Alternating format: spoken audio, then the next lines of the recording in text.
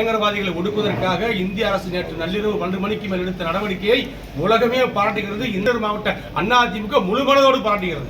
அதிமுக 1000 இளைஞர்கள் பூச்சல் எடப்பாடியுடைய கட்டளை ஏற்று உத்தரவு கொடுத்தால் 1000 பேர் யுத்த காலத்துக்கு சென்று துப்பாக்கி ஏந்தி போராடுவதற்கு நாங்கள் தயாராக இருக்கிறோம். 10 நாள் இடைப்பட்ட துப்பாக்கி பரிசு எடுத்து போர்க்களத்தில் பணியாற்றுவதற்கும் 1000 இளைஞர்கள் எனது தலைமையிலே போர்க்களத்தில் செல்வதற்கு நாங்கள் தயாராக இருக்கிறோம். இன்றைக்கு யுத்தம் ஆரம்பித்திருக்கிறது. இந்த யுத்தம் பயங்கரவாதத்துக்கு எதிரான யுத்தம். இந்த யுத்தத்திலே அதிமுகவுடைய பங்களிப்பு நிச்சயம் இருக்கும்.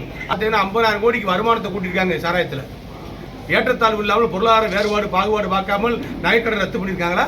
எதுவுமே செய்யலையே. செஞ்சு என்ன அர்த்தம்? அரிசி விலையை கூட்டிருக்காங்க, பருப்பு விலையை கூட்டிருக்காங்க, மண்ண விலையை கூட்டிட்டாங்க, எல்லா விலையும் கூட்டிட்டாங்க.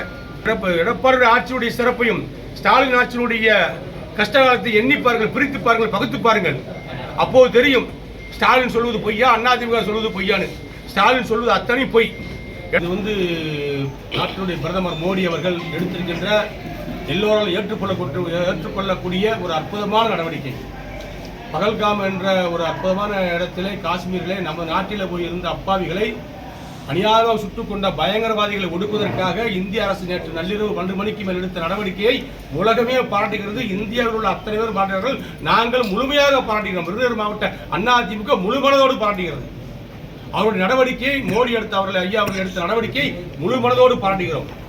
அது மட்டுமல்ல, போருக்கு இந்திய ராணுவம் எடுக்கிற நடவடிக்கைகளுக்கு பிரதமர் மோடியினுடைய கட்டளையிட்டு நடக்கின்ற நடவடிக்கைக்கு, மத்திய உள்துறை அமைச்சர் அமித்ஷாவுடைய கட்டளையிட்டு நடக்கின்ற நடவடிக்கைகளுக்கு விருதுநகர் மாவட்ட அதிமுக மேற்கு மாவட்ட அதிமுக 1000 இளைஞர்கள் எங்களுடைய எடப்பாடியார் கழக பூச்சல் எடப்பாடியுடைய கட்டளை ஏற்று உத்தரவு கொடுத்தால் 1000 பேர் யுத்த காலத்துக்கு சென்று துப்பாக்கி ஏந்தி போராடுவதற்கு நாங்கள் தயாராக இருக்கிறோம்.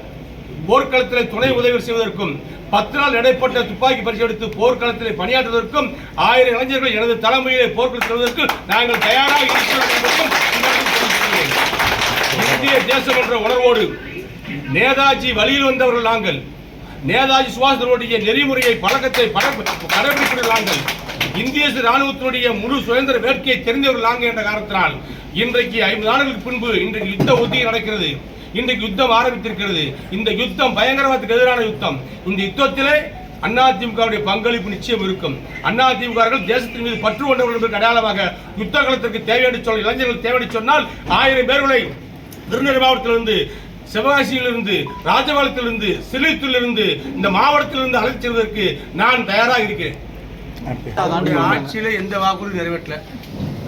எதை சொன்னாருங்கிறது அவருக்கு புரியல. நீட்டை ரத்து பண்ணுவோம்னு சொன்னாங்க. வந்த உடனே உடனடியாக நீட்டை ரத்து பண்ணுவோம்னு சொன்னார். யாரு? முதலமைச்சர் ஸ்டாலின் சொன்னார். உதயநிதி ஸ்டாலின் சொன்னார். முதல் கையெழுத்து ஒரே கையெழுத்துனாங்க. அதுக்கப்புறம் 1 கோடி கையெழுத்து வாங்கினாங்க. 4 வருஷம் ஆச்சு நீட்டு ரத்தாகலை. மதுக்கடையை முழுவதுமாக மூடுவோம். தமிழ்நாட்டில் தான் இளம் விதவைகள் அதிகமாக இருக்கிறார்கள் என்று சகோதரி கனிமொழி போன்றவர் சொன்னார்கள். ஸ்டாலின் சொன்னார். கருப்பு கொடி வீடு வீடு கருப்பு கொடியெல்லாம் தூக்கி நின்னார். ஆனால் இன்னைக்கு பார்த்தீங்கன்னா 50,000 கோடிக்கு வருமானத்தை கூட்டியிருக்காங்க சாராயத்தில். அதுவும் செய்யலை. நீ என்ன பண்ணியிருக்காங்க?